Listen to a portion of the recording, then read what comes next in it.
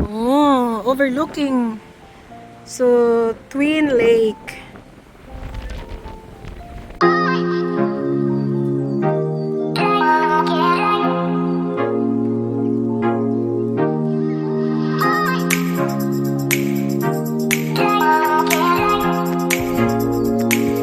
Good morning mga kamers! So, papunta kami sa Twin Lake. Nandito sa Upper Hutt, Wellington, New Zealand.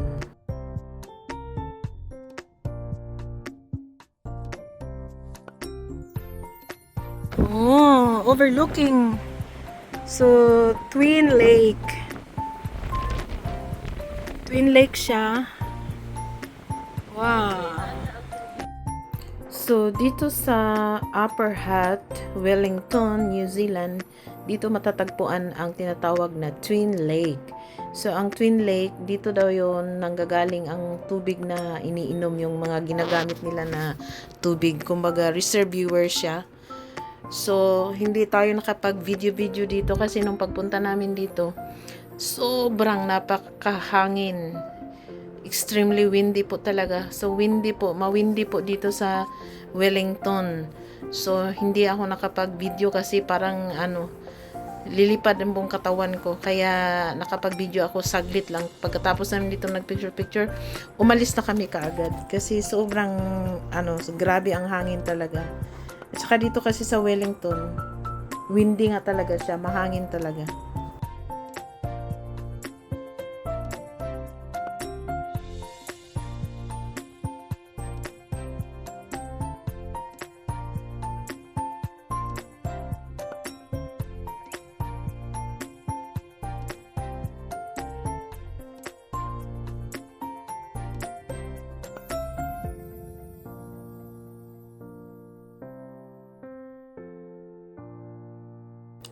So, dito naman sa Wellington, I'm glad to meet my old friend from Davao City. So, more than na din kami, mga decades na din kami hindi nagkikita.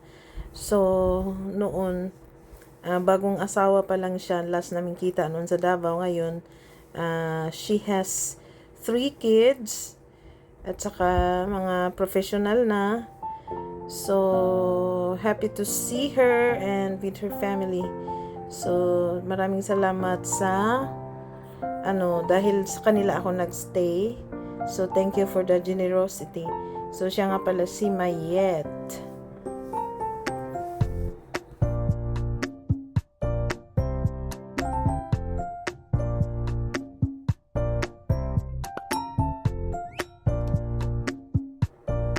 As you can see, ano nang nangyayari sa mga buhok-buhukan natin dyan. Grabe po talaga ang hangin.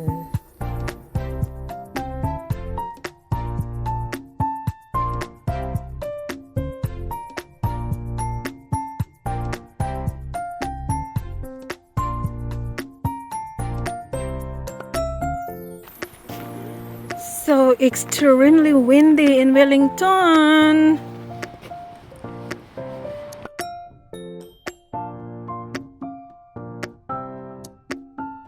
That's the view.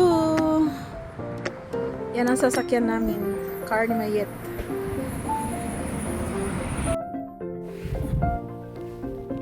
Pagkatapos namin doon sa Twin Lake, so dumiretso kami dito sa kung saan sinushoot yung Lord of the Rings. So this is the one of the best places or location sa shooting ng Lord of the Rings. So dito rin hindi din tayo nakapag-video kasi nga medyo masama nga yung panahon, pero sinamantala namin kasi sayang naman habang nagstay ako dito sa Wellington, at least may mapuntahan man lang ako. So pero nakapag-picture naman tayo. At saka meron ditong tinatawag na swing bridge. So hindi ako pumunta. Nagpa-picture lang ako sa swing bridge, pero hindi ko kaya na pupunta ako doon sa swing bridge. Naku, nahihilo po ako.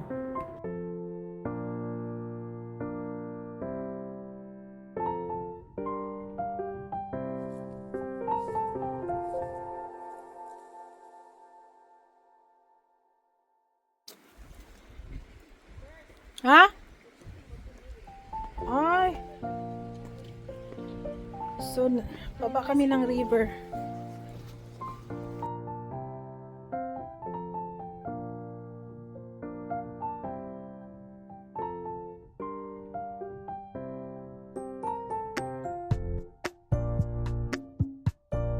So, ito lahat na mga pinupuntahan namin na mga places dito. Ano to, mga dito nag-shooting yung Lord of the Rings. So, napuntahan ko lahat, pati yung mga pictures nila. So, puro mga mga memories, lahat ng mga napag-shootingan nila, may mga pictures silang naiwan doon. So, kaya napuntahan namin. So, kaya lang medyo forest ang dating. So, ganito kasi talaga yung ng New Zealand. So, ayan, picture na lang muna kami kasi hindi na ako nakapag parang wala ako sa na mag-vlog dito. Basta picture na lang kasi medyo mahangin din dito at saka medyo cloudy. Umaambon-ambon nga eh.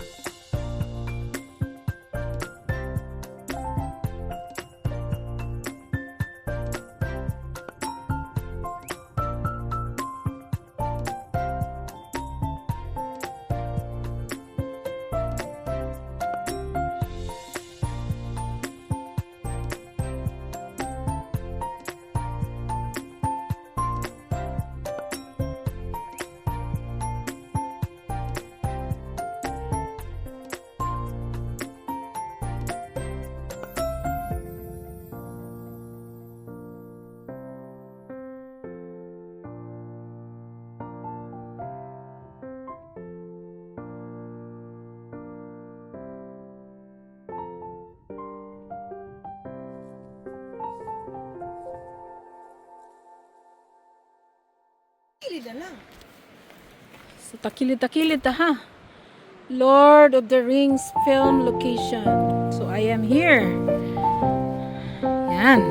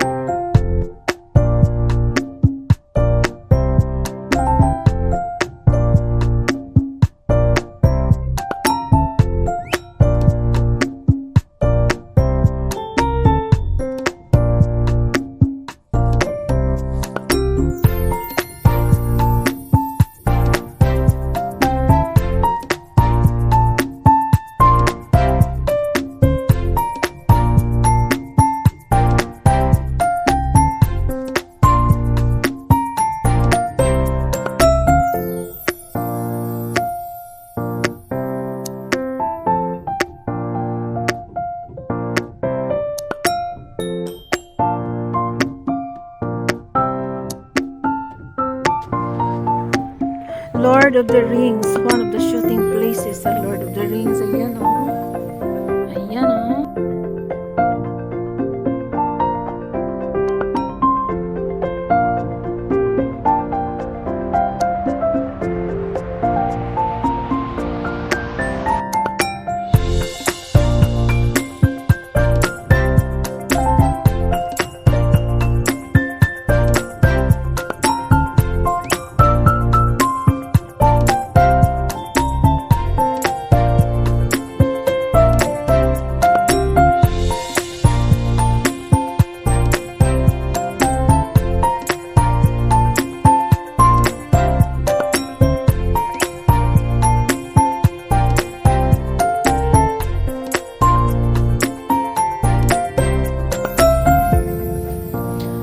Pagkatapos namin doon sa Lord of the Rings film location, so dito na naman kami, proceed na naman kami dito sa Cafe Garden Center. So ito yung tinatawag nilang Cafe Garden Center.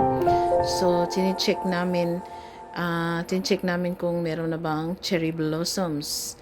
So ito pala yung ano nila, ito yung kumbaga yung mga parang wedding hall, ganon.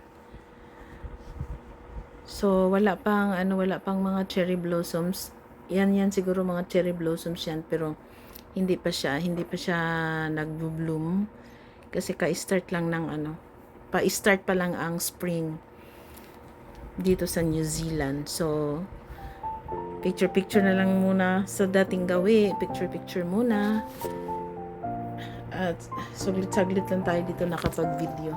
So, puro picture lang ang ano ko dito.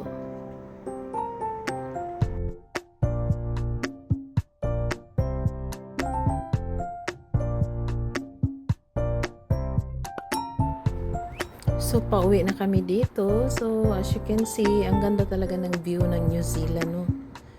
So, puro ano siya, kung if you are a nature lover, punta ka dito sa New Zealand. At dumaan pala kami dito sa meron silang tinatawag na ano yan, market day. Diyan din, home care? Rest home. Home care. Uy!